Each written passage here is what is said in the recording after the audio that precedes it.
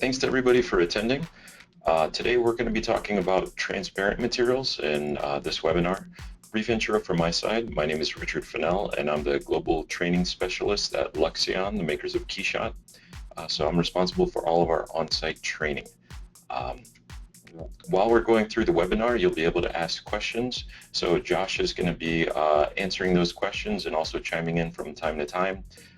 So go ahead and feel free to send any comments or questions into the questions area, and he'll go ahead and alert me if there's anything that we need to talk about. So today we're going to cover transparent materials, and that's everything from clear plastics to working with the glass materials, the advanced glass materials, and things like how to render liquids in some sort of container or a vessel, and then things like thin film as well. And we'll have enough time at the end for a little bit of a Q&A. So go ahead and feel free to shoot the questions over as we're going. If not, I'll address those at the end of our hour. So we should be done within the hour. But I'll go ahead and start off. Okay, first of all, I want to address two pretty common things that we run into when we're trying to troubleshoot scenes where people are rendering glass. So I'll go ahead, I'm going to use some hotkeys while we're working. I'll call those out. F for full screen. I had pause KeyShot, that's Shift P for pause. Right, this is just a really simple scene. We're not going to spend much time here, but I do want to talk about something that does pop up every once in a while. Okay, so here we've got a couple of cubes, right, and let's go ahead and make some of these into some transparent material. So I'm going to get the glass material, just here the basic glass under clear, and then basic, and I'm going to get a white glass and apply it to this part right here. Okay, so that's our first part. This part, that middle cube, let's go ahead and get something like a paint material, and I'm just going to grab that, drag it over, right? So now I've applied paint there, and I'll put the glass on either side of the cube. So I'll hold down Shift and left click to copy this material, and then Shift and right click. So you can also do the same without holding down Shift by right clicking, hitting the copy material option, and then right clicking and pasting a linked material. So now I have the same material applied to both. I'll also throw this into an environment that has a little bit more contrast to it as well. Okay, what we see pretty often is that even though I've applied a glass material to this part, it looks like this area here, this surface is really dark. So I'll go over to my settings and maybe my environment as well. Let's try bumping up the brightness. That's still staying really dark. I could try bumping up my ray bounces, and that's not having any effect. What happens a lot of times when we're modeling, let's say you're modeling a display or a screen or maybe a picture frame or something like that, is that in our model we can actually model these so that this body and this body are coplanar, so that they're touching surfaces. We're going to run into issues with that once we bring it into KeyShot. The reason for that is because the way this was modeled is that this painted surface and this glass surface are touching. So if that ever happens, here it's making that surface all black. What it may do with you sometimes is it might give you some really dark triangles, some black triangles that never seem to disappear. The reason for that is that we need an air gap between these two surfaces, right? When we start rendering liquids in a container, that's a little bit different. But in this case, we need to offset these two surfaces, right? So something I can do here is, one, I can select this part, I could right click, and then I could move it. And now you can see that I can see that material through the glass. And the reason for that, again, was because those two surfaces are touching, right? So what you want to do is model the air gap into your model. So there should be a little bit of space between there. It doesn't really matter what that dimension is. So you can do like 0.01 millimeters or 0.1 millimeters, but just make sure there's some sort of gap there. There has to be some sort of distance in between these two bodies. So you can start from your model by adding that space in. In this case, I moved it. Another trick that I do sometimes is I can select, let's say over here we're running into the same problem. I can select this piece of geometry, and instead of moving it, what I'll do is go to the Position tab, and here I have a scale slider. I can actually scale this entire piece of geometry. This can be helpful when you have a little bit more complex piece of geometry. In this case, what I would do is go to the scale slider, and I'll just type in a value of 0.999, and let's see what happens there. we've scaled that by a really, really tiny factor, so it didn't really change the appearance, but it scaled it overall so that now that surface is slightly pulled away from our painted surface. So Z-fighting or coplanar surfaces, this is something that we see really often, and that's one of the big reasons that you get these dark areas in your renderings when you're working with glass next to another material. Okay. Any questions so far, Josh? All right, if not, we'll keep on moving. Okay, so I'll go ahead and pause this scene again, Shift P, and then let's talk about one of the second issues that we run into pretty frequently. Okay, so in this scene, I've got a couple panes of glass, right? So 5 panes of glass, and on each pane of glass, I've applied a label, right? So it looks something like this. And if I make my environment visible, oh, there we go. You can see my environment back there. And in some places, my environment is dark, but some places it's really light, right? But for some reason, I'm getting these dark spots in my glass. And this is going to happen when you run into layered glass, right? I'll put that back on a white. Actually, we'll keep this as it is, right? But you can see that there are these dark spots here in the glass. Well, the reason for that is something called ray bounces. So while we're rendering, right, and under the settings tab, at some point you may have noticed the slider for ray bounces, right? What we're doing when we're rendering is we're basically throwing these digital photons around. So we're trying to realistically light our scene. Because our limitation here is whatever our hardware is, our computer, right? We can't bounce those light rays infinitely, right? So we have to stop them at some point. So what happens here is under the advanced slider, or excuse me, the advanced dropdown, we have the slider for ray bounces. This dictates how many times the light is actually going to bounce in the scene, because light is hitting these pieces of glass and it's either reflecting off the glass or it's going through that layer of glass and it's changing direction a little bit every time it does that. So what we can do is I'll line this up, and so we see a little better. I'll put it back on a white background. I'll hit C for color. Right, but now I can adjust my ray bounces. And when I increase that number, you'll start to see that I can see through the glass more because I'm going through all those extra layers. And if I keep on increasing this, you'll notice that I also get more and more reflections of the glass. So ray bounces are going to be a crucial setting when you're working with transparent materials. The caveat here is that working with more ray bounces is going to slow down your rendering time. So you don't want to just grab the slider and crank it all the way to the right, because all you're going to be doing is slowing down your scene, right, and adding on to your render times. So instead, what we can do is we can even if we're using, for example, the advanced control under our render settings, right, we can adjust the ray bounces here in our real-time view, and this gives us an accurate representation of how many times we need those light particles to bounce so that we get good, accurate results, right? And the more you drag it over, in this particular case, the clearer and clearer it'll become, but at some point there is going to be a cutoff. You won't see much appreciable difference here. So try to keep that at a low value. If you're not working in a scene that has a lot of transparent materials, then you can usually keep this at the default ray bounce value of 6. But when we start getting to layered materials, let's say you had a bunch of reflective surfaces or a lot of transparent surfaces, then you do want to increase that ray bounce setting, right? So from here, let's try doubling it. Let's go up to 12.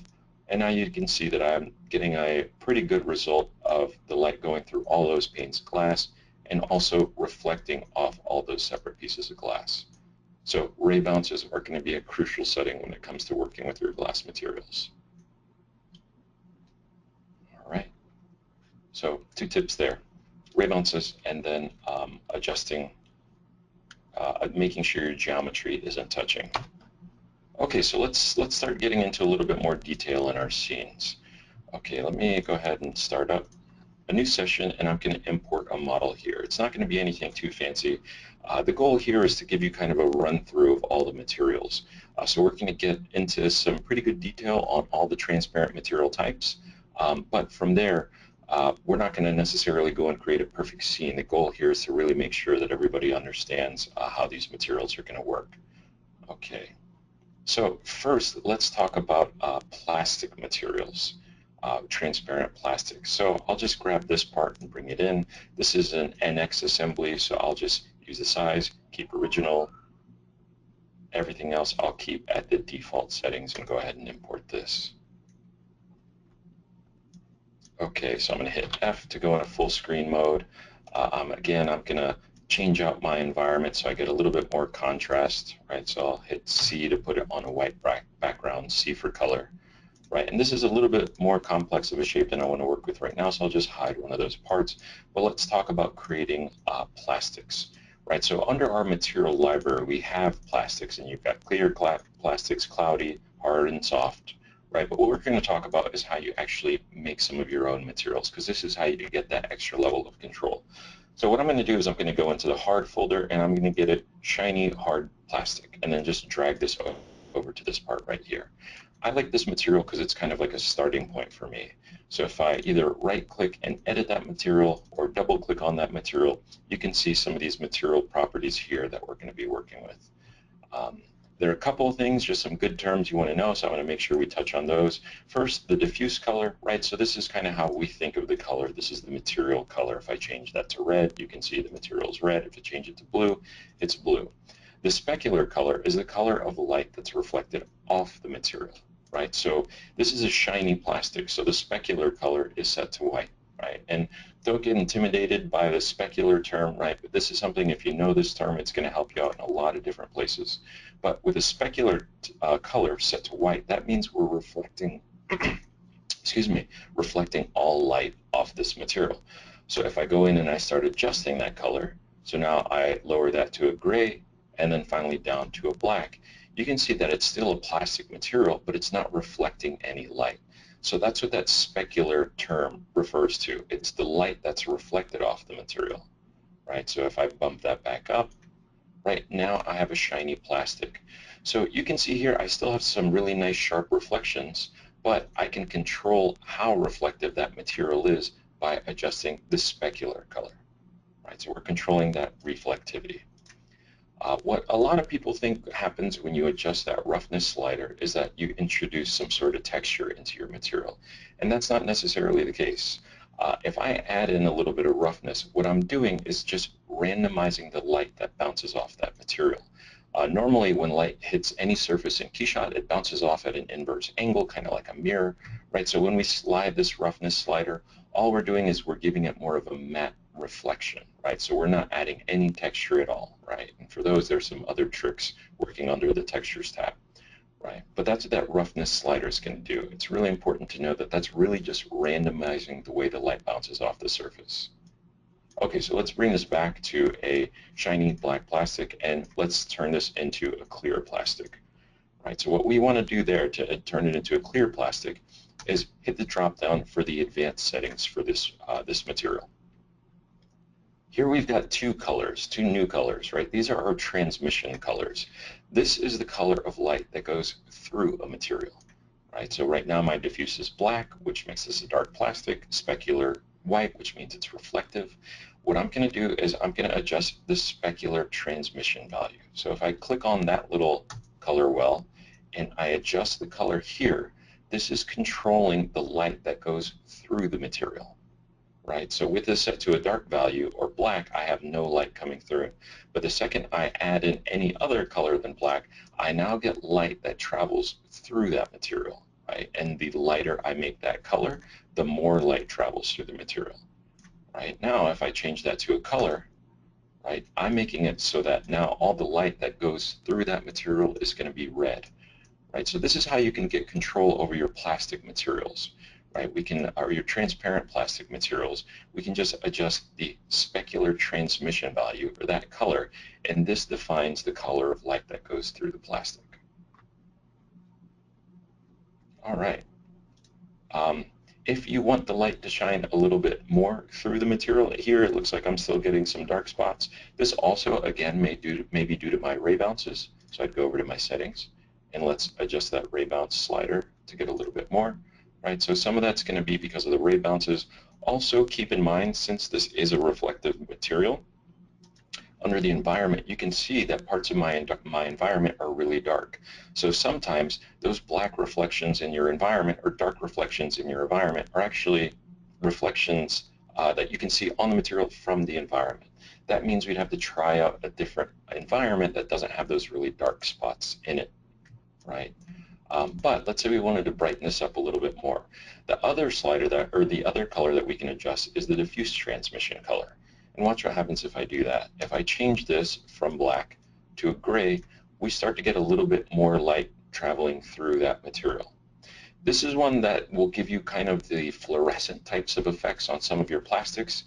The downside to this one is, one, it adds on to your render time, right? So this is going to make that rendering a little bit more complex, right? But if you push this too far, it's going to give you kind of unrealistic results, right? If I wanted a crazy glowing plastic, I nailed it here, right? But if I'm trying to replicate an existing plastic, then my recommendation for the diffuse transmission is to keep that to the very dark grays or the dark grays, right? Because that'll help that material pop a little bit more, but it won't totally wash it out. I never recommend pushing that all the way to white. Right, so this is how we can create our transparent plastics, right? So it's a lot of it's going to be based off of that specular transmission value. Hey Richard, Okay, this would be yeah. a good chance to answer a question from Eduardo, and it's about how to deal with plastics when you need the alpha transparency behind it. Um, Um, right. There is, out of the box, there's not going to be a good way to get that. The reason for that is that we are in this material. When light goes through the material, we're bending the light that goes through the material. So we're taking into account whatever you have in the background. So it's basically where, you know, your refraction index here determines how much that light bends, and because of that, we can't give you a realistic result with an alpha channel.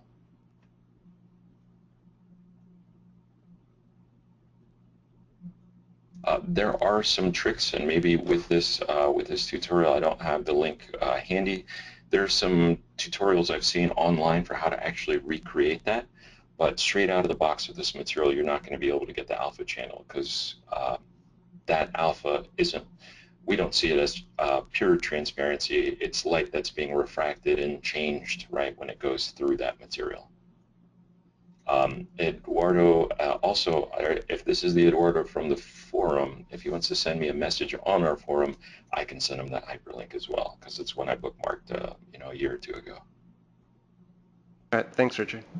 Sure thing.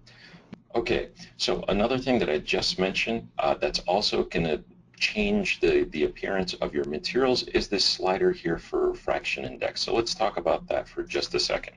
All right. So I don't usually do a lot of slides, but this is going to be helpful, I hope.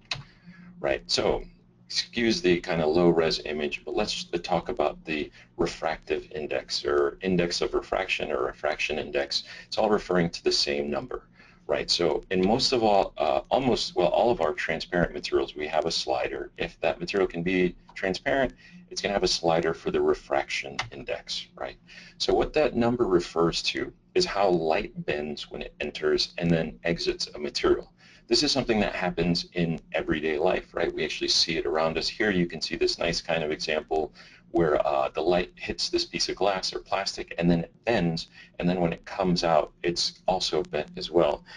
The kind of classic example in the picture we have in our manual, which you can always get to in the help menu, is of a pencil and a glass of water. And when you look at that pencil from the side, it looks like it's broken, but that's because the light's being bent as it travels through that material.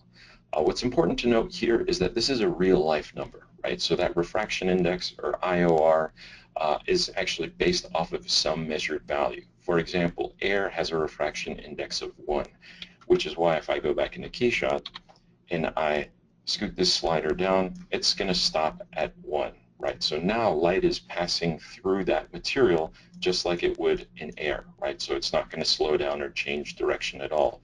As you can see, that really makes a difference in the appearance of the material. We're not getting any interesting refraction happening there because the light's just passing straight through. It doesn't change direction at all, right? So the takeaway here is that if you're trying to accurately recreate a material, then we can actually use known values for that, right? So water, right? So if I type in a value, even though this is a plastic material, If I type in a refraction index of 1.333, that will give me an accurate representation of how the light bends through water, right? Seawater is going to be a little bit different. Honey is going to be different. TPE is going to be different. You know, there are different materials, right? And all these different materials actually have their own refraction index. So diamond, for example, it's 2.42, but there's actually a range in there. Plastics range generally from 1.4 to 1.7, glass 1.3 to 1.9. So if you're trying to recreate a specific material, then I'd recommend just doing like a web search and type in refraction index and Lexan, or refraction index and polypropylene, right? And you can get a number, and then when you actually type this number in here, it's going to give you a realistic representation of that material, right? So this is what a refraction index is. It's going to affect all of our transparent materials, right? So it's really good to know exactly what's going on there with that number. One nice thing too is that when you are working with a material from the material library, let's say I go to my material library and I get a glass material, and let's just get a clear basic glass and just drag this over. Whoop, missed it. Right, when I apply that material, you'll notice that it already has the refraction index for that material. So your plastics have a common plastic refraction index. So do your glass materials, your heavy glass, all of your gems, those also have the correct refraction index already in the pre-made material. So it's not something you need to necessarily stress about because that is plugged in there. Right. Okay, so we talked about making clear plastic. All right, so now let's move on to glass materials, unless there are any questions on the plastic material. Cool, doesn't sound like it. All right, so what I did is I just got the basic clear glass, a white glass, and I applied it to my material here, right? There are very few adjustments that we can make on the glass material. First of all, it's going to be the color, right? I can go over to the colors tab and I can grab a color, right? And I can just drag that directly onto my material, and now I have this electric blue glass material, right? We can adjust our refraction index, right? That's going to be how the light bends through that material, but I generally don't really touch that. I just keep that at the default. Glass is generally a good 1.5. So this overall is a very simple material, right? We can add textures to it and labels, which are going to make it more complex, but inherently this isn't really a complex material. The two-sided checkbox. Okay, let's talk about that for a second, because that's a good one to know about. The way that KeyShot is seeing this piece of geometry right now is as a bunch of surfaces all stitched together, right? And it's passing light through that material. But how it sees that material itself is that it's basically a shell that's empty. What happens with the two-sided checkbox here is if I click that, then KeyShot assumes that this is a solid piece of glass. So instead of the light hitting and bending through the air and then exiting, right, it's actually going to hit like it's hitting a piece of glass, a solid piece of glass, and that really changes the characteristics of this material, which you can see here, right? So if you're just using the simple glass material, that's going to give you some not so realistic results, right? But if we check the two-sided material, then this is going to give us a representation of a nice solid chunk of glass, right? So that's that difference there. Hitting the two-sided checkbox is just like adjusting this material over to our solid glass material, right? So glass is going to be the most easy to use glass material, or it's the most basic, right? But there are other transparent materials, and we'll go through those. And so this is kind of our intro. Glass is going to be the easiest transparent material. The others are going to be a little bit more complex, right? But they're nothing too crazy, right? So let's talk about the solid glass material, because that's our next most complex transparent material. What I'm going to do here is I'm going to go back to my material library, and there's a folder for color density glass. So I'm going to grab one of these and apply it to this material here, right? So now you can see, if I double click on that material, that the material type has changed. It's now solid glass, and we get a couple of extra sliders in here, right? First, the first property that we can change is the color, right? So if I drag the color over onto this part, you can see it's now this kind of rich blue. One of the really big differences is I now get this slider for color density. So what does color density mean? Let's talk about that, because actually I've got a good example model that can help illustrate that a little bit better. Imagine you're, let's say, at a body of water like an alpine lake, right? It's got crystal clear blue water, and you walk up to the edge and you look down, and where it's really shallow, it's going to be really clear. But as you go into the middle of, let's say, this lake and you look down, it's going to get dark, right? And so that's the slider that the color density, or that's the effect that the color density actually affects. So I'll go ahead, I put together a really quick model, so we'll bring this one in, right? And I'll use my move tool and I'll move this above the ground plane so the shadows don't affect it as much, so we see that a little bit better. But I'm going to do the same thing. I'm going to grab the dense glass and apply it to this part, right? And let's right click and look at. Also, I'll put this into, again, an environment that has a little bit more contrast. But now let's go ahead and add a color to it, right? So I'm going to get this electric blue and I'm going to apply it to that material.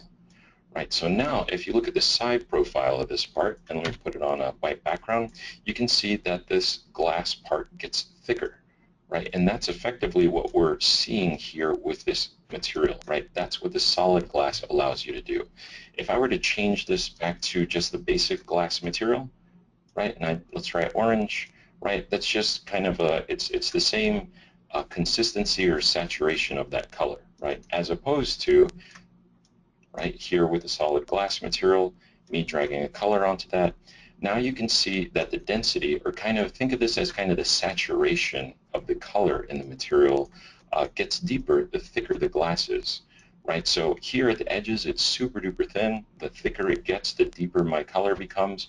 And if I look at it directly from the side, now I have that nice dark rich blue, right? Because that's the thickest part on this model. Right, so now I see more of the color density. So that's what's happening with this color density slider. That's inherent to this material, right? This color density slider basically controls the density or the saturation of the color, right? So if I back that away, then it won't be as visible, right? If I bring that down to a lower value, right now I get some richer colors in there, right? And this is also going to be dependent on the color that you choose, right? But that's what that color density slider is for. It basically controls the saturation or the depth of the color with the thickness of the material. All right, so let me toggle back over to this one here, and let's try playing with that, right? In this case, it's not going to be as visible because this geometry isn't as interesting as that little wave pattern, right? But that's what that slider is going to do. So if you've ever messed with that and wondered what was going on, that's it. Okay, solid glass also has a refraction index, right? So we'll keep that at the current value. That's going to work fine for us, right? The next slider here is going to be for roughness, right? And this is just like working with a plastic material, right? When I add in a little bit of roughness, right, this isn't going to give me a totally frosted effect. What this is doing is this is randomizing the reflections off the surface. So if I look here in the middle of my model and I crank up this roughness, I can still generally see those shapes on the other side, right? Because it's not really giving me a frosted effect. All it's really doing is randomizing those reflections on the surface, right? So this is how you could get a start of a kind of frosted glass or a sandblasted flat glass. But what we can do is we can change to the dielectric material, and that's going to give us the most control over our frosted properties, right? So what I'm going to do here is I'm just going to use the drop down, right? So we went from glass to solid glass. Now I'm going to change this to the dielectric material, right? So our appearance is going to change. Let's bring that color back over. So now we've got our blue glass, right? And this material has a lot more properties that we can adjust, right? And don't be too alarmed when you see all these sliders, right? Because these are ones that we've already talked about. And in this case, we're just going to focus on one or two of them, right? So color density, we know what that is. We'll keep that at 1.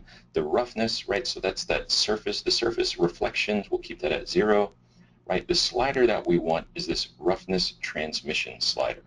When we made our clear plastic, we changed the transmission color, right? So that was the color of the light that was going through the material. What this slider does, and watch what happens when I start adjusting this slider, this randomizes the light going through the material, right? So now I'm going to get a nice frosted effect, And if you look at the outside of my part here, you can see that my reflections are still really nice and smooth and shiny. That's because the roughness is set to 0 on the outside. What I'm doing here is that I'm randomizing, here it is without, and now here it is with, right? So now I'm randomizing the light that goes through the material. So this is how I'm going to get good, compelling, frosted material effects, right? Let's see if we can actually add a little piece of geometry here and see if we can see this a little bit better. So I've added a sphere here, right? And so let's just move this and let's place it on the inside, right? So there's my sphere on the inside, right? Okay, so now if I go to the material and I add in that roughness transmission, right, I can only see that a little bit hazy, right, because the light that's going through and it's bouncing off that sphere, right, it's all getting kind of randomized. Okay, so and now we're actually seeing a problem because our sphere on the inside is really dark. So let's try to figure out what's going on here. So I've got my sphere, let's edit that material and let's make that into a white sphere, right? I made it into a white sphere, but I'm still not seeing anything. What's the issue that's happening here? Let's go to our settings. My ray bounces are already at a pretty high value. That shouldn't be an issue, right? What we need to enable when we start working with a lot of the advanced transparent materials is this global illumination checkbox. What this checkbox does is it enables light bouncing off of one material onto another material, right? So the light that bounces off of this our glass piece right now is ignoring our sphere on the inside. But when I check this little checkbox here, right, we now start to see that object on the inside, right? And we'll see it a little bit better if I just make this into a kind of a frosted white plastic, and I'll go back and let's make our sphere into a red sphere, right? So if you're working with the advanced transparent materials and you've upped your ray bounces and you've got nothing coplanar, right, make sure you enable global illumination because without it, we're not getting any of the information of that part on the inside, right? So now let's back down that roughness transmission a little bit, right? But now when we look through our material, the outside is still perfectly smooth and shiny, right? But now we're randomizing the light that's going through it, right? And because this is the dielectric material similar to solid glass, this is a solid piece of glass. That's where we're seeing that interesting effect of the sphere itself being kind of projected onto all those surfaces, because that's what it would look like if this was in real life, right? We'd see that red sphere being magnified because of the glass, right? It's kind of a crazy looking example, right? But the dielectric material is going to be a way that you can get that kind of frosted glass appearance.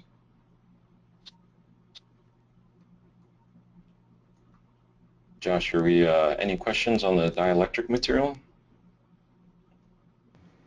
Nothing, nothing on that one. Okay, cool. So we'll keep on cruising along. So we started with plastic, made that transparent. We worked with glass. We worked with solid glass, the dielectric material. Let's talk about actually putting this together in some sort of scene, right? Because I want to show you guys a kind of a complex example, but something that people definitely run into, which is rendering liquids in some sort of transparent vessel, right? So something like, oh, here is that slide for frosted glass, right? So dielectric will give us that. But let's talk about glass and liquids, because this is something that people do tend to get hung up on sometimes, right? So in our little picture right here, you know, we've got our fancy vase, right, our sliced sphere with a liquid in it and some stuff floating on the inside, right? One of the most common mistakes that people make when working with when they're actually trying to render liquid in a glass or something like that is to work with solid bodies, right? So what I'm going to do here is I'm just going to import a scene that I've already prepared, and we'll talk about the best way to do it. Right? So it's this little glass tumbler. Let's go ahead and import this, right? My recommendation when trying to create the appearance of a liquid in some sort of vessel is don't use solid bodies, right? We want to work with individual surfaces, and I'll show you an example of that, right? So here in this scene, I've got a little a glass modeled up, right? Let's throw some colors on here so we can see this a little bit better, right? Then let's talk about what's happening with all these surfaces, right? So what we've got here is we have the same glass, right? And we've got it solid over here on the right-hand side, and on the left-hand side, we basically sliced it in half, right? And I'll put this on a white background so we can see that contrast a little bit more. The difference here, though, is that when this was modeled, so whatever shape was used to revolve to get our kind of our solid bodies, right? Normally that's how we would do it. We'd draw a line, a center point, and then revolve some sort of curve to get that effect, right? The difference here is that these are all surfaces, right? These aren't solid bodies, right? So there is a surface for the top of the liquid, right? There's a surface for the glass itself, and then there's a surface for where the glass actually touches the liquid, and we'll talk about why that is, right?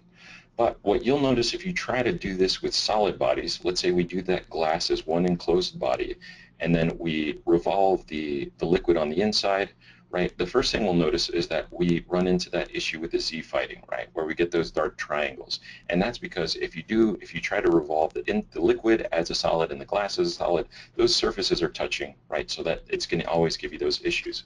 So the next kind of logical thing it would be to offset those surfaces so that the liquid is slightly smaller than the glass.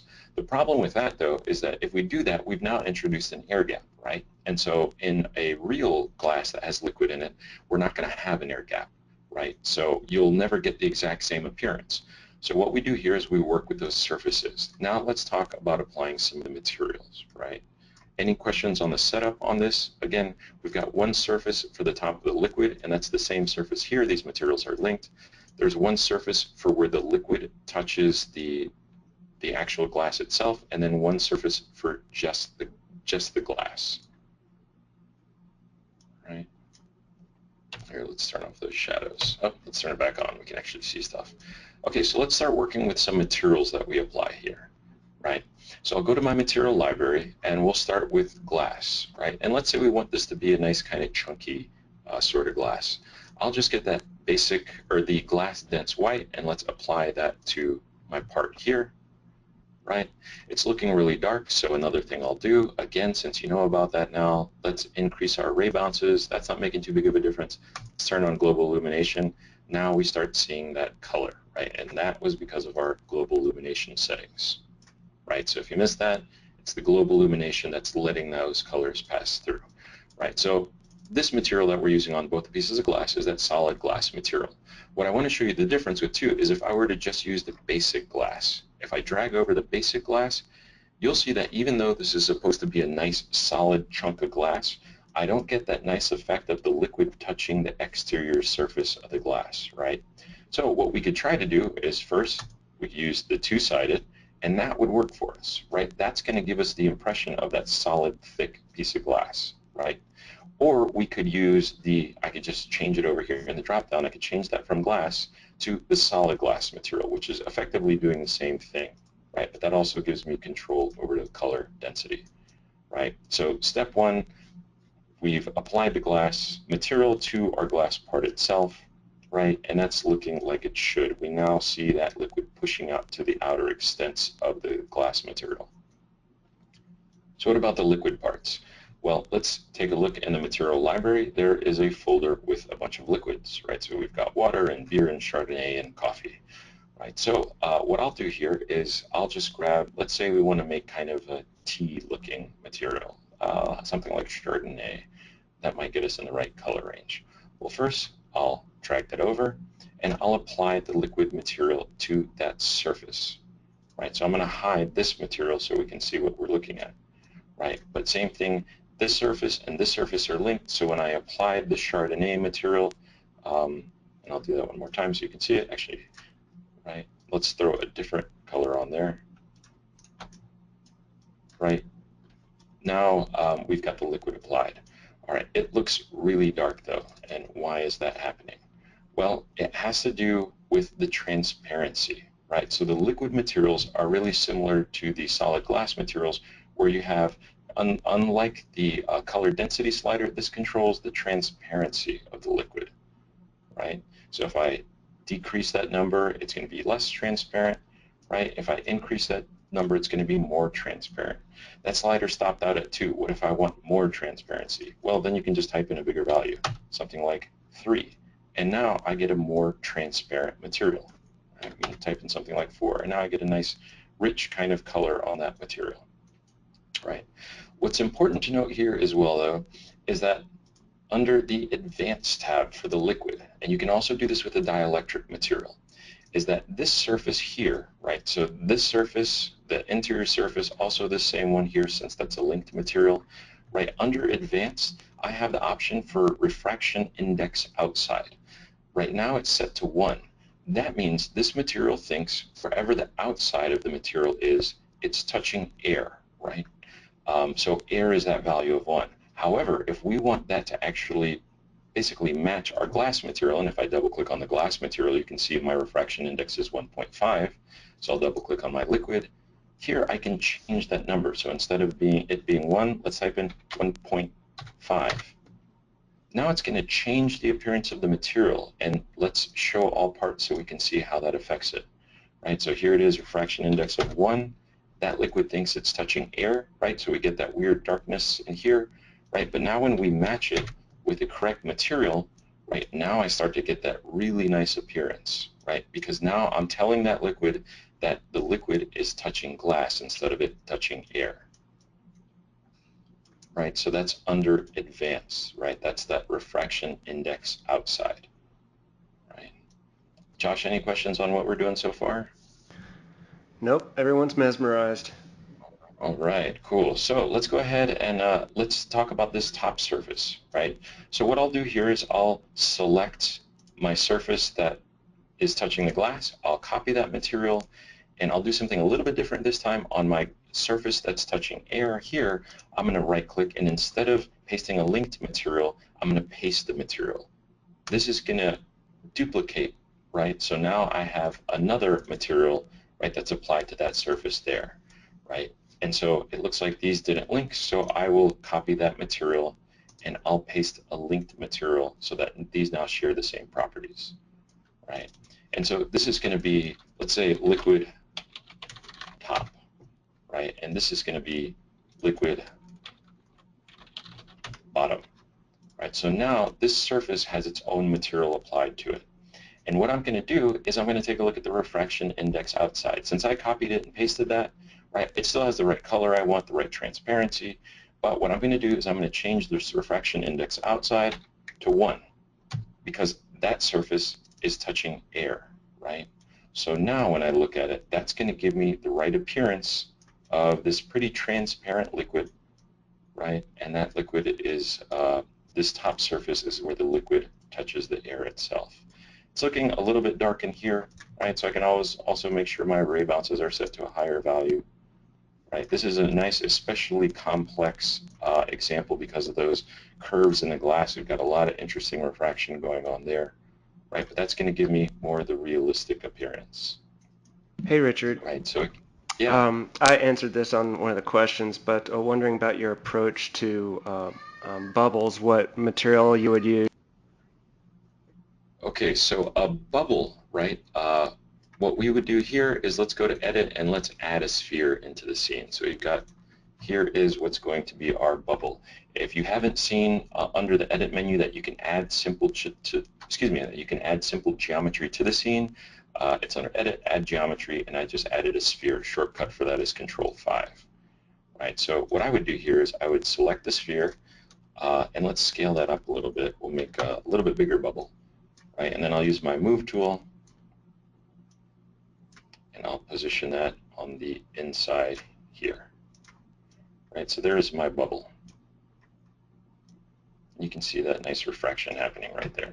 So I'd select that. Let's edit the material. Right, and what I would do in this case is first thing I would do is I'd try it with glass. Right, so I'll change that to a glass material. We'll keep that white so it's transparent. We'll have it as two-sided, right? So it sees that as kind of a solid body on the inside that light has to travel through. But the difference here is the refraction index. 1.5 is the refraction index for glass. 1 is the refraction index for air.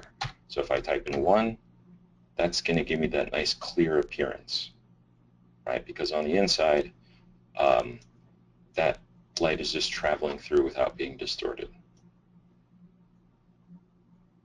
All right, it's a pretty decent looking little bubble. Cool. We can do that same trick on the inside of this piece of glass. If your glass is hand blown and it has little imperfections in it, right, we can do that same technique on the piece of glass. And for that little sphere, the light is basically going to ignore the fact that it's in glass. It's going to pass through air because we have that two-sided and a refraction index of 1.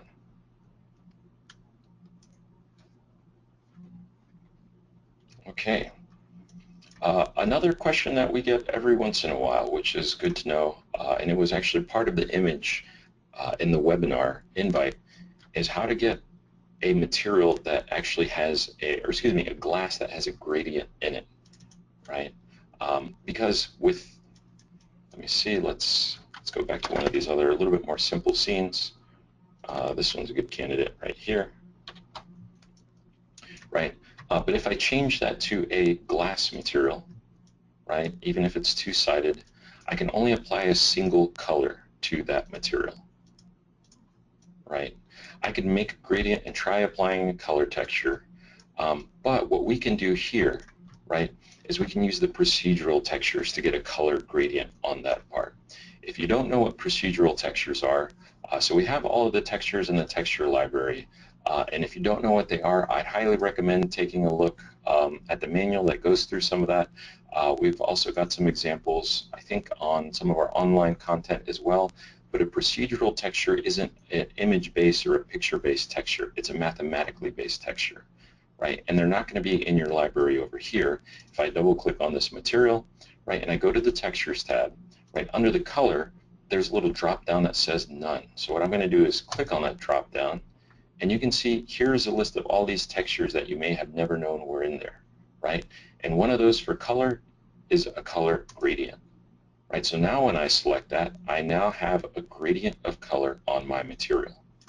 Right, so the default is red to white, but I could change that color. So now we've got red to purple.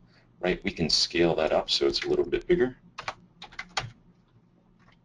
Right, so now I've got my nice gradient going from red to purple on a single part.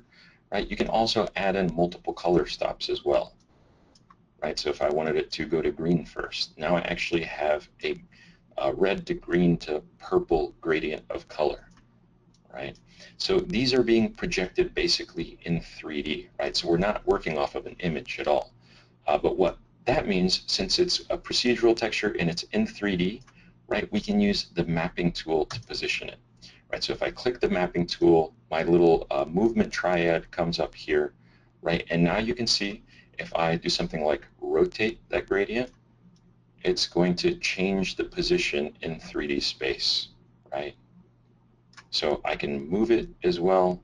I can position it exactly where I want to, right? But this is how I can get my gradient of color in one single body. So that's kind of crazy looking. I like how that looks, right? But yeah, so now that's how we can add in the color gradient. If you don't know those are in there, those are a really nice way of adding a little bit more depth or detail, right? So let's try it over here on this glass, right? So let's grab this material here, this solid piece of glass. Oh, solid glass won't allow us to do a color texture on it, so I'll just change that to the dielectric material. That one will.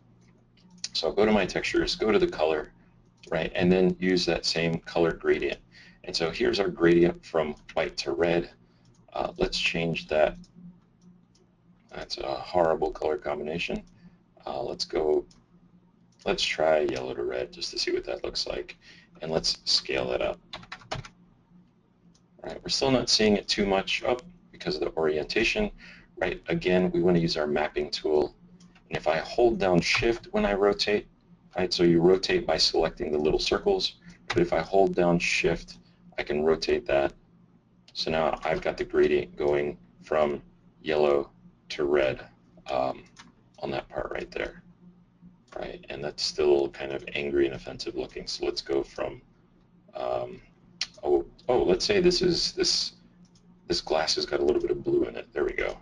Right, so it's going to go from a really light blue to a little bit darker blue. Right, Right, so now I get that nice rich gradient over that material. Right. But yeah, so color gradients are one of your many options for procedural textures. But definitely take a look at those. There's a lot of neat stuff you can do with the color gradient, right? Another texture that I use really often, especially when working with transparent materials, is the noise texture. So I'll show you an example of that. The reason I would use a noise texture is because let's say this was a totally perfectly smooth piece of glass, right? Then we're going to have perfect reflections. But let's say this was like a hand-blown, handmade piece of glass, and during that process it got some slight imperfections in the walls and things like that. Well, in this case, what I'll do is I'll use a bump texture. So a bump texture changes the way the light bounces off the surface. It's really like adding texture, right? So when you, let's say you had a piece of fabric, the texture that you have on that surface, you can feel kind of where it's raised and lowered, right? We can use an image to recreate that. But in this case, we're going to use a procedural bump texture. So I'm going to select the little bump well here, and as you can see, the texture type says none. So I'll use my drop down, and what I'm going to look for is the noise texture, and I'm going to apply that. So when I apply that, you can see that now my surface has a little bit of noise on it, right? So this is just like in Photoshop generating kind of a random black and white noise pattern, right? But now you can see I'm getting a really cool effect, right? Because I'm adding a little bit of noise to that surface. Right? I can also scale these, so let's say I scaled it up, right? Even bigger, let's do something like 50, right? Now if I look at that piece of glass, you can see that it's just kind of generally wavy, right? So now with the scale up, my kind of randomness is spread all over a greater surface area, and the bump height slider will control how far the difference is between kind of the peaks and the valleys. So a really low value, we won't see much, a higher bump value, and then now those waves are going to be kind of higher in amplitude, so taller waves and lower valleys. Right? And if I scale that back down nice and small, I can get a really nice frosted effect this way as well. Again, this is only adding a little bit of noise texture to the surface itself, right? But if I right-click, look at, and then let's zoom in, you can see that I'm getting a nice noise texture, and I'll decrease that bump height so we don't see it as much. Right, so now I'm getting this nice kind of subtle texture on the glass. Still not that subtle. Let's back it down some more. Right, so now this nice subtle texture there. Another really good thing about the procedural textures is that they wrap over your entire piece of geometry, right? Because if you use an image texture, especially on this kind of geometry where it's really organic and curved, you'd start to see seams in those textures. These procedural textures are mathematically based. It's kind of like working with a vector texture. They're going to wrap over your entire surface, so you'll never see seams with these. But yeah, so let's back out a little bit. Let that kind of bake for a minute. It's already looking pretty good. And I'll adjust the color density on this. So we get a little bit more light traveling through, right? So that's a little bit less saturated, right? Josh, how are we doing on questions? Good. Caustics are could be a whole nother topic, but it is related. Could you maybe address that, how to work with caustics and transparent materials a little bit? Brett is having problems rendering out caustics with HDRIs, and he says he can add IES lights to get the caustics and can get the scene to res up in real-time window, but can't get the render them out with the light and gets light splotches when rendering out. Okay. All right, so first of all, for those of you who aren't aware of caustics, let's talk about that. I hadn't planned on discussing it, but that's not a problem. I just don't have any handy pictures. So let's go into Google. All right, so let's talk about caustics. So what are caustics? Caustics are what happens, you see this in kind of your daily life, right? When light hits a transparent or a reflective material, right? The light gets bent when it hits that, and then also is going to change color as well, right? So we can see that example here with the glass with the bright sun hitting it, the light goes through it, and then the light creates these interesting patterns, right? So here you can see it. You can see it at the bottom of a pool, right? So the light that gets distorted as it goes through and gets cast onto the ground, those are caustics, right? We can work with caustics within KeyShot. What it will do is it will definitely tax your render time, right? So that's going to be one issue with working with caustics. With my workflow, I don't use them very often, but sometimes you really need them to help add to the realism.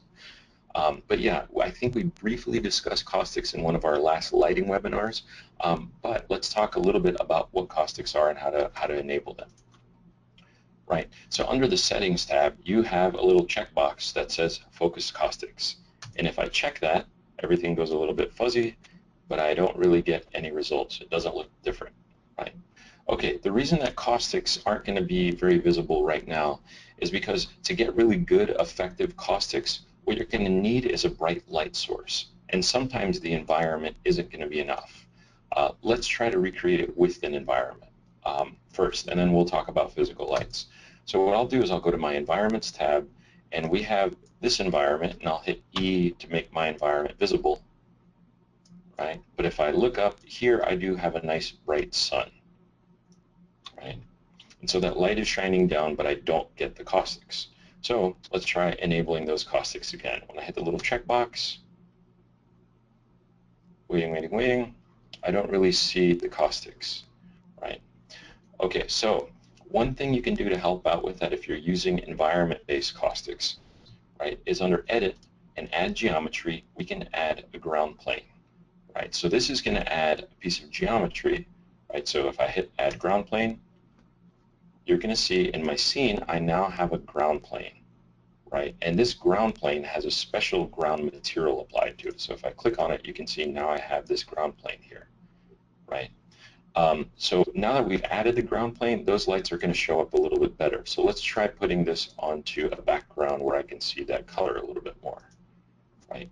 And now when I look at it, now I'll start to see those caustics on the ground, right? Caustics are definitely going to add to your render time, right? I'm working on a pretty beefy machine over here. It's got 46 cores, right? So the longer it sits here, the better and better it's going to look, right? But it's going to take a while for these to resolve. Eventually it will, and it'll look great, but it does add to your render times pretty significantly. If you're actually hitting the render button, right now, I don't want to get into too much detail on this, but if you're using advanced control with the caustics, you can try really pushing the caustics up. And this slider doesn't stop at 10. You might need to type in 100 or 500 in order to get better results. But if you use max time or maximum samples in order to generate your caustics, you may get better results that way. So instead of cranking them up over here, I would try using the max time or the max samples render settings, because that's using the exact same render properties that we see here in our real-time view. For those of you at home, if you want to take a look at a scene that has caustics, in your KeyShot 5 resources, where is my scenes folder?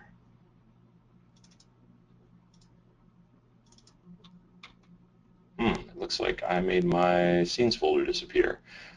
You have a folder, or you should have a folder called scenes, and within that scenes folder, there is a file called Caustics, and that actually, let me see if it's in here.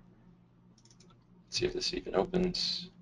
All right, here's a very similar example, and this is using the environment light, right, with the ground plane, with a very similar setup to what we've been working with today with a couple of multiple surfaces, right, and that nice bright hotspot is created with our caustics, right, so turn that off, no caustics, now turn it on, that's caustics, right. The other way to get a little bit more effective caustics is to add a piece of geometry, right? So what I'm going to do here, and add a piece of geometry and turn that into a light. Right, so what I'm going to do is I'm going to select my sphere, and let's use our position tool and move it, and let's place it above our little glass right here. And that is totally invisible because the refraction index is set to 1, which is why we couldn't see it, right? But let's say we really want to get we want to get some more caustics out of this scene. What I'm going to do is I'm going to change the material of that little sphere, and I'm going to turn it into a point light. When I do that, oh no, that's embarrassing. Bummer. All right, well that took that scene down. Not entirely sure why. Let's try it out over here. So let's add in a sphere. We've got our sphere in the scene. Use my position tool. Let's move it up right above the liquid itself. Right. I'll make my environment visible, hitting E on the keyboard, and I want to decrease the brightness because I'm going to try to turn this into a light. So this sphere, I'll use the drop down, and instead of it being diffuse, I'll make this into a point light diffuse. Right. So now I've created a single point of light right here that's illuminating my scene. Right. So adding that physical light can help. And let me change that to a pure white light. Right? So now with that added light, right, that second piece of geometry that's adding light into our scene here, we're going to get a little bit better caustics. And I'll use my move tool, and we can drop that down even closer. We'll see that effect a little bit more.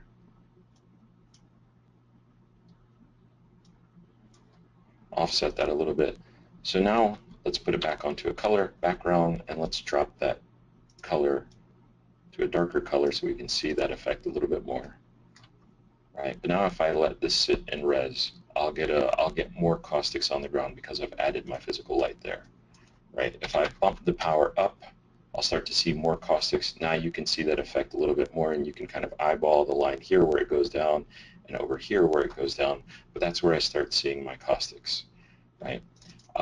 If I add, so I'm going to double click on this piece of glass, if I go to the textures and I add in a noise texture, right, to give that same effect of kind of the wobbly glass, you'll see it's also going to affect the caustics as well, right? So the light that goes through that material and gets bent, refracted, right, and pushed around, it's going to be affected by my procedural textures as well. That looks pretty crazy.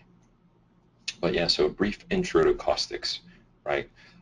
You can get them from the environment, right? Adding a ground plane is always helpful. Adding a physical light is definitely going to help you out more. And if you're having issues not getting the results you want with the advanced control, try rendering with max time or max samples and boosting up the time or the samples. Any other questions, Josh? We're just hitting our hour mark right here. Yeah, I think a few are wondering about the spots that you get in rendering out and how to get rid of those. Cool, that's a great question. So some of you who have worked with the physical lights probably have hit areas where you get these really white hot spots, right? What that has to do with is actually the scale of your units.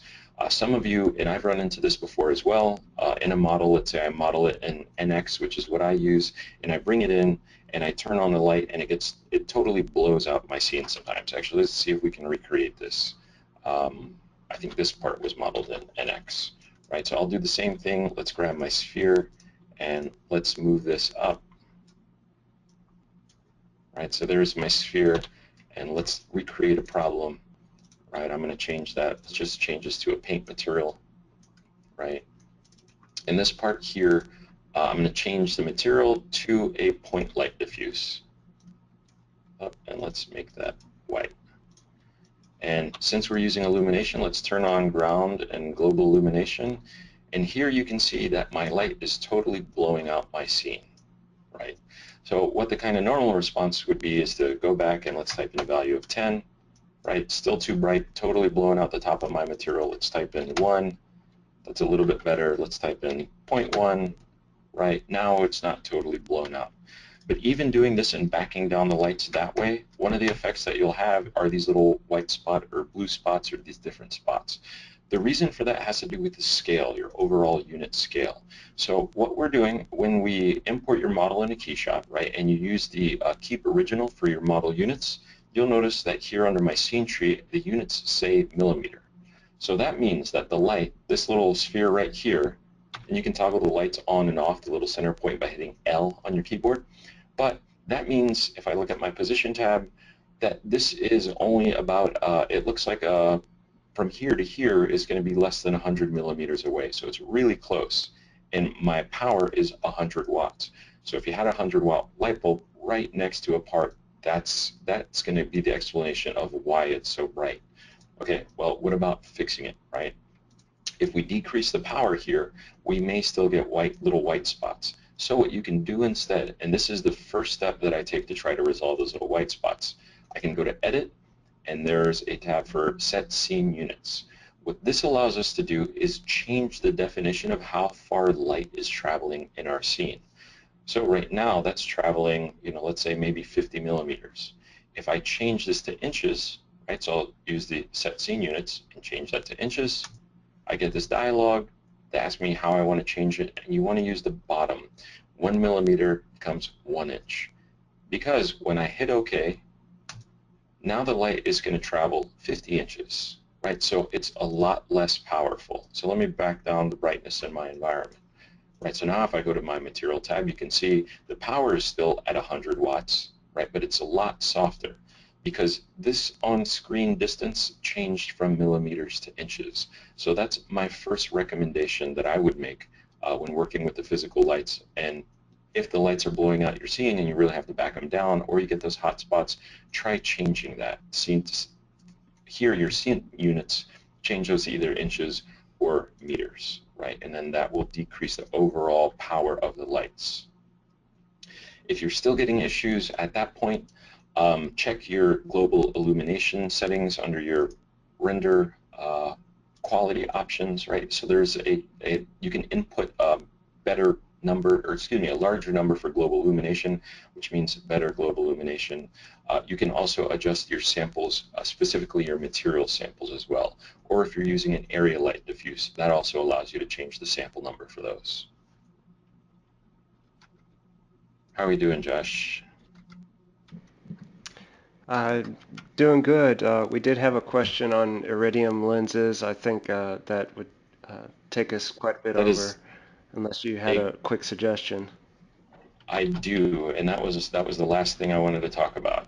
All right. Okay, so iridium lenses. Let's find something that's shaped. It's kind of spherical, right? So here's this part right here. Actually, there's nothing more spherical than a sphere, so I'll just work off of that. All right, so we've got a sphere here.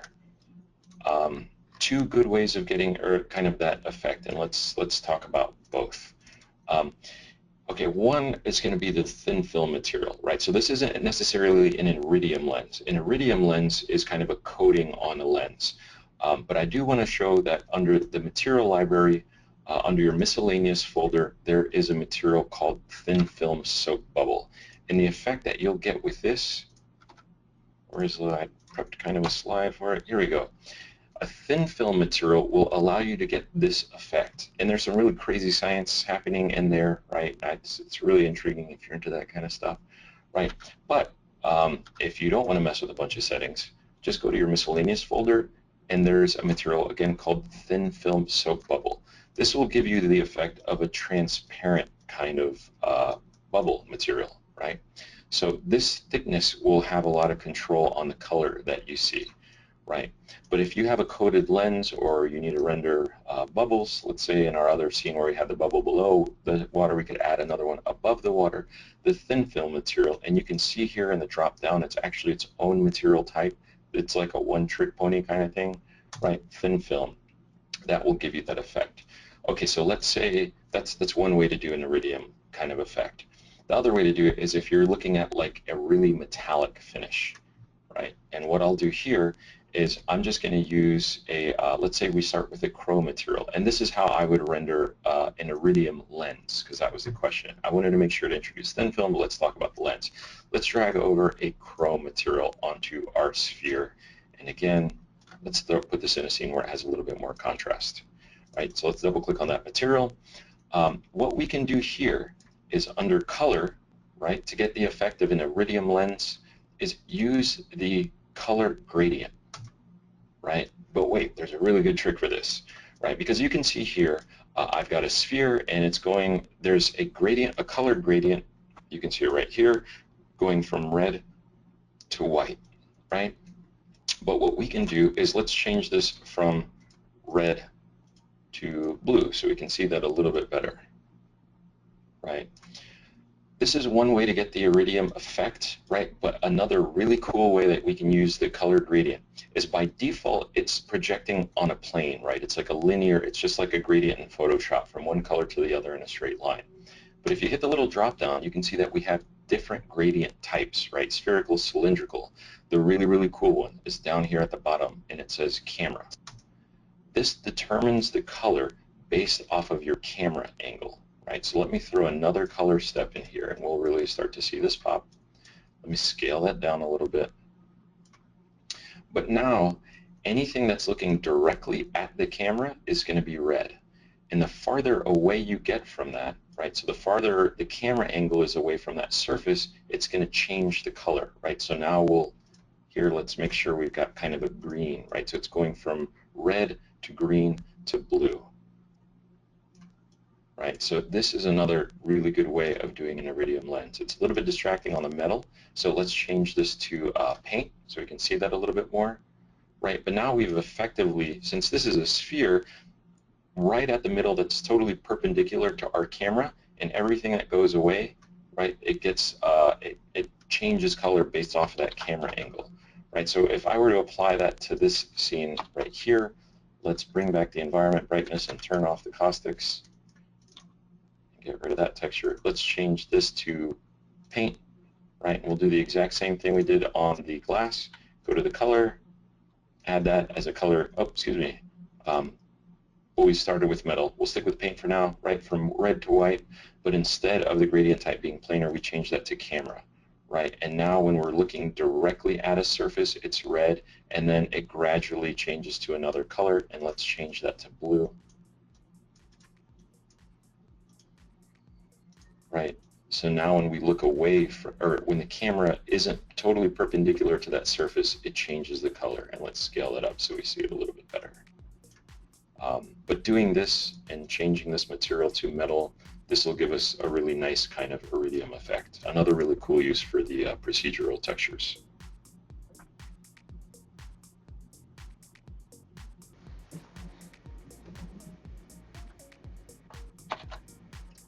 Any other questions, Josh? That's it. Comment on the last one. That tip was epic. All right, cool. Yeah, I was super excited when we added that procedural texture. And again, textures, procedural textures, color gradient, and camera. Camera's awesome. That's a really good for anodized finishes as well, all sorts of stuff. Well, good. I think that's it. Okay, awesome. All right, well, thanks everybody for tuning in.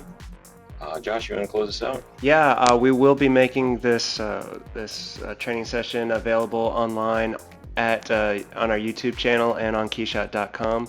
Stay tuned for that, and hit up the forums and share your work, and check us out on Facebook and Twitter. And just so you guys know, KeyShot 6 is going to be coming out very soon, and up until then, we have a promo going where if you buy or upgrade to KeyShot 5, you'll get the KeyShot 6 for free when it releases. So make sure and take advantage of that. You can find out more and see a preview of KeyShot 6 at keyshot.com/KeyShot-6. So check that out. Let us know what you think, and we will see you next time.